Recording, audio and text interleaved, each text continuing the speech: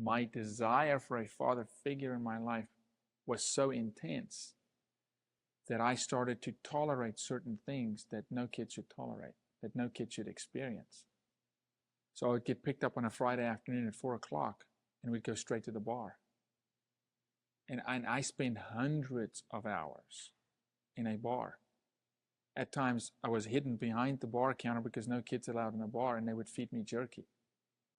And my dad was a musician, an amazing man, a phenomenal man. He was a civil and mechanical engineer. He was a pilot, amazing guy, so charismatic. I mean, I loved him. I can honestly tell you that it was not a day in my life that I did not like him, but I hated who he was.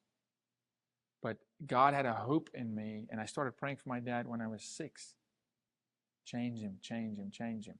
So 25 years later, there's redemption. You know, that's why any husband that watches this, or any dad that watches this, it's never too late.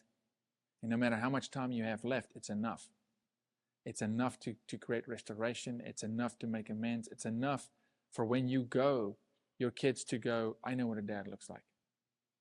If it was a day or an hour or a year, in my case, 2 years. Last 2 years of my dad's life, he passed away last November.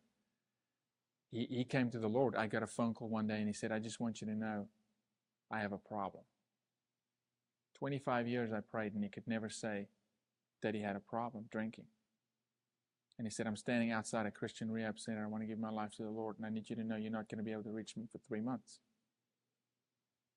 And he comes out of there having started a worship band and starts building a relationship with my sister, who they had no relationship, and my brother and myself. And I traveled to South Africa, and here's a guy so anxious.